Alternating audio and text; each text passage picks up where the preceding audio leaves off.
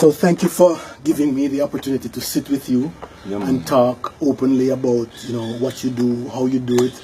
I like most times to find out about where you come from and how you get here and all of this stuff. So give me, I know your name is Eddie Ray. That's my mother's. That's your mother's name. Interpretation. She had as a child. Well, that's not necessarily. You see, Rastafari sort of empowers each individual. The essence of Rastafari is about a resistance to open you up to see if what you have here now as yourself is what you would have chosen. And the fact that we're coming from, you know, a root of imposition, you know, through the colonial period. Rastafari is really that question of who you are. Is this really who you are and want to be?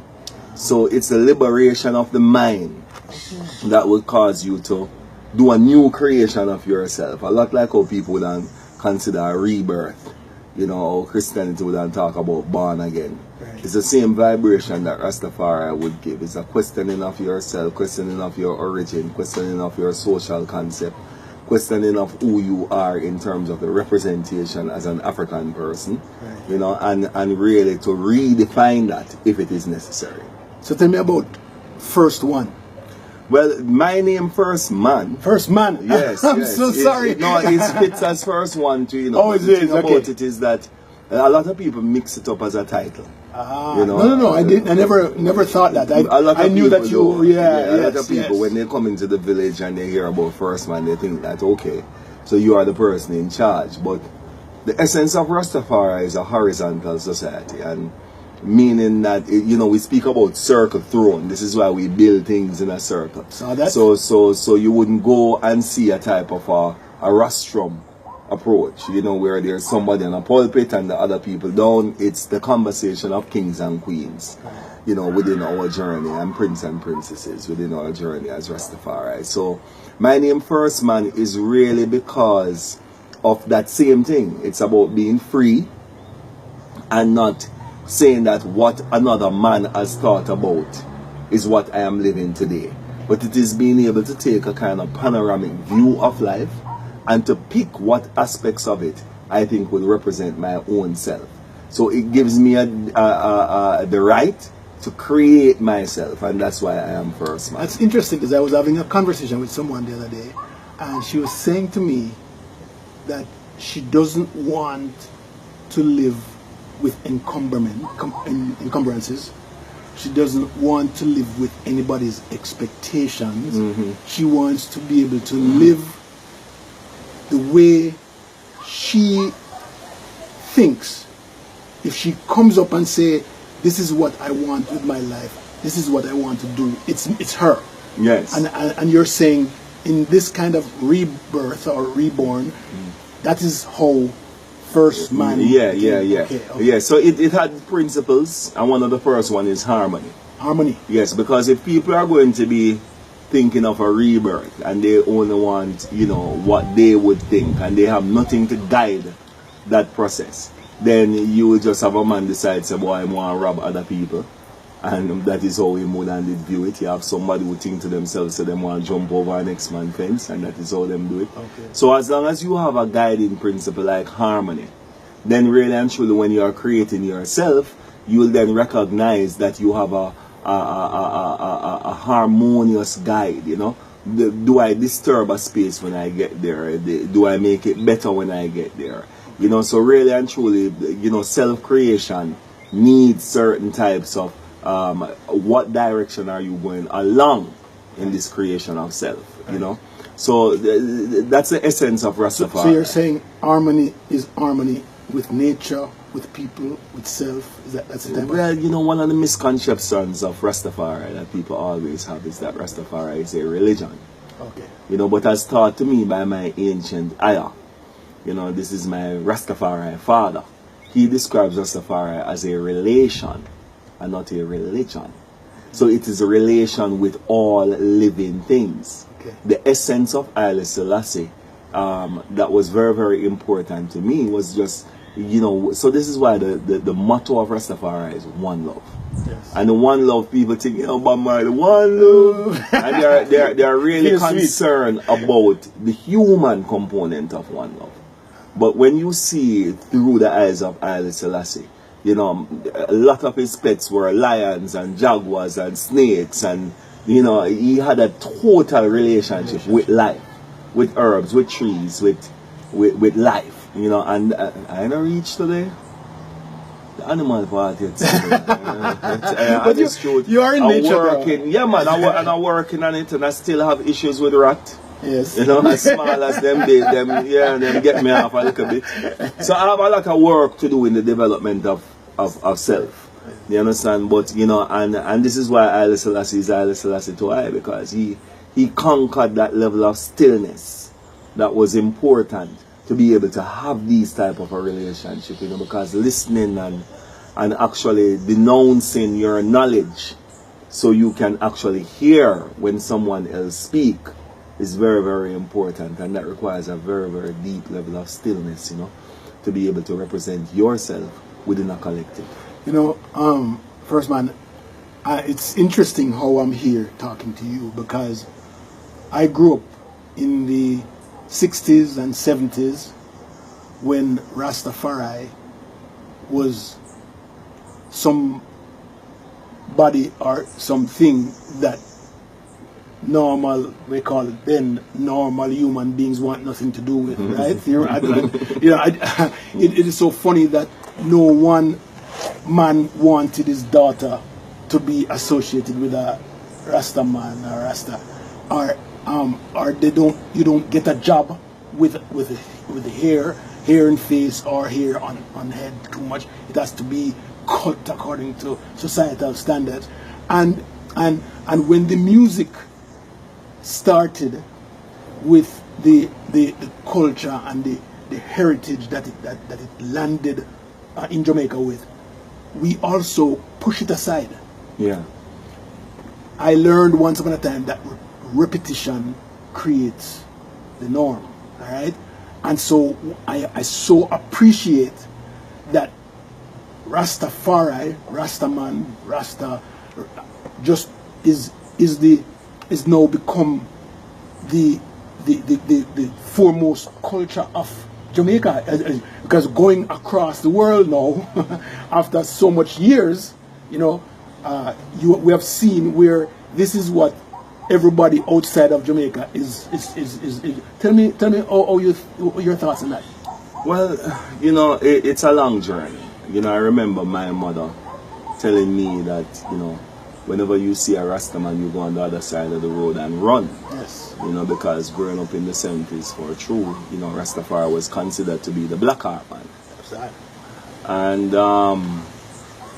you know, so that stigma was there always, and it still remains even until today. You know, a man get him youth, and when him look him realize him daughter move with one Rastaman, immediately him thinks, boy, you're going to be worthless, and right. You know, right. And there's nothing that society emanates that there is not a level of truth to.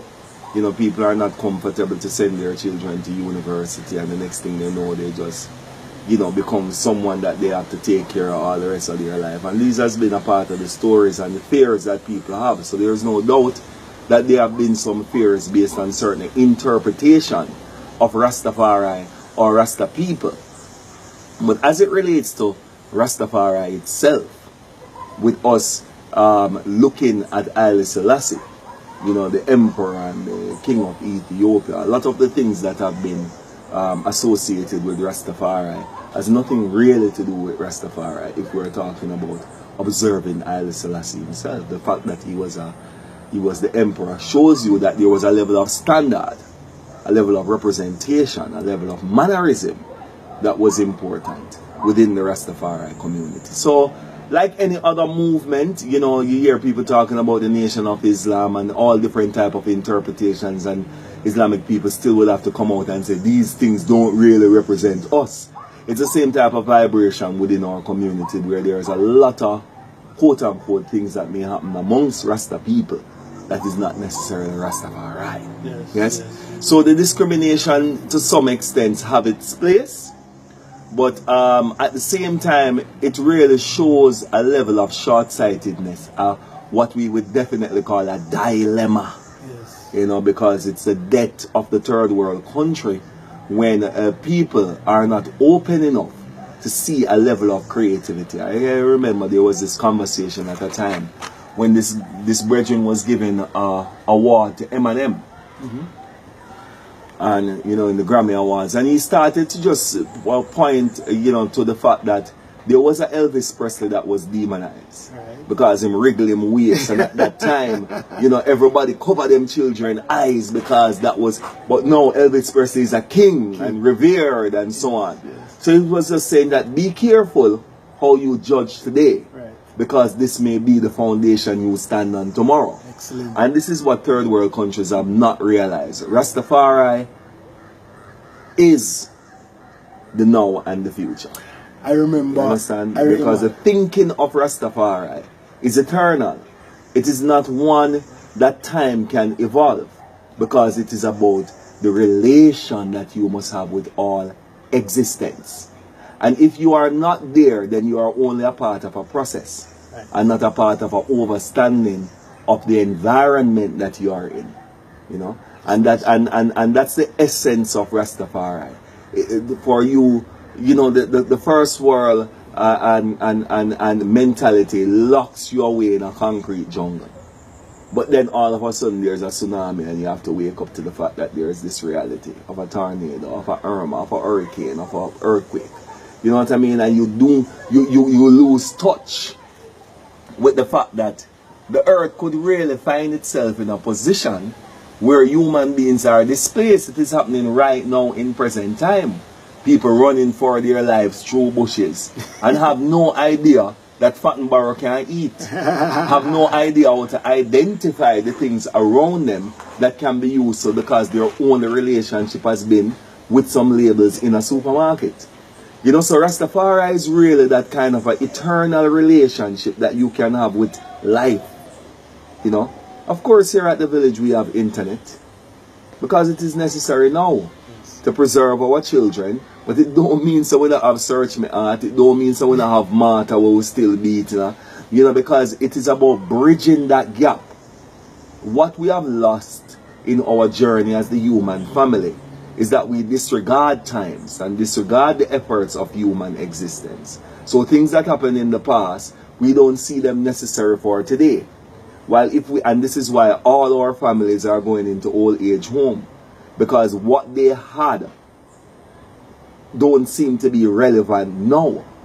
And really and truly, if we bridge that gap, we'll realize that our ancients, our elders, are still important. And failure to do that, what we're going to have is a technological world. I remember this past April, there was a celebration or an acknowledgement and declaration of something to do with a 1963 happening in Montego, and I'm not so sure how much you know about that, where police cut off the dreadlocks or the hair of a Rastaman, and it was somewhat of an embarrassment. And I think I heard the Honorable Prime Minister made an apology and also made some financial recompense or compensation. Was that enough for the type of, is that, are you looking at it as, hey, it's good, or are you looking at it as we have come far enough? That may have been the thing that the crux that made us bigger and more pronounced in life today than the money that they give us. Well, I mean, it hasn't gotten to giving us any money as yet. And what you're speaking about is what they call the Coral Garden incident. 1 year after this country got its independence, the government of this country, led by Sir Alexander Bustamante, ordered the police force to bring in Rastafari, dead or alive. And this is in the newspaper, it's in the archives of the Gleaner, so this is not something we can pretend that never happened. Right. It just so happened that most of our attacks on our community, the present administration, the JLP, Jamaica Labour Party, has been the one that mainly led these. Yes, 1954, Jamaica never had any independence at the time, but the first Rasta village, yes, Pinnacle, was destroyed. Okay, 1958, the second one, Bakawal, was destroyed. 1963, the government called for an all-island destruction of Rastafari, and this is why we are faced with extinction. But again, as I say, you know, Rastafari now has evolved itself into something of the human family. It's gone and break the boundaries of Jamaica. There's Rastafari in Mexico, Rastafari in Japan, Rastafari in Chile, Rastafari in Italy, Rastafari all over the world. So the essence of Rastafari, you know, even though the Jamaican government was not able to see it and was not able to preserve it, they can't do anything about it right now, because really and truly it has stirred up within this property. And strange enough, about 3 years ago, as a community, we were called to this very strange meeting by the Jamaican government. And it was the fact that the Jamaican government had signed the 2003 Intangible Cultural Heritage Convention. They were signatories to this convention. And this convention meant, the essence of it was to show or ask each state, member state, to declare what in your country needs to be protected for humanity. Okay. And Rastafari and Maroons were invited along with revival people, that this is something that impacted the world. And if you look in the Jamaican cultural policy, they call it the super state, cultural super state. That is what the cultural, you can look it up. Rastafari is the first representation that is there within the Jamaica cultural policy. Wow. Now for a group of people that have been so brutalized and continue to receive a level of recognition that is almost like a favor. Yes, the Jamaican government reacts to our requests. They have no proactive thinking about culture in general. And as a result of that, culture, which is the life of life, the blood of life, seems to always go on a marginal, you know, approach. And this is the only advantage Jamaica have over the world: culture. And culture continues to follow the trend instead of becoming the trend. And that's the essence with all the attacks, with all the beating down and the imposition on our community. We have continued to show that it is necessary to become the trend, to have your own idea, your own flavor, your own originality. And the Jamaican government seems not to be able to hold on to that. And when they do get the message, they get it as a brand and not a stance. Yes? So as a result of this, what they are functioning like a business and not necessarily like a nation.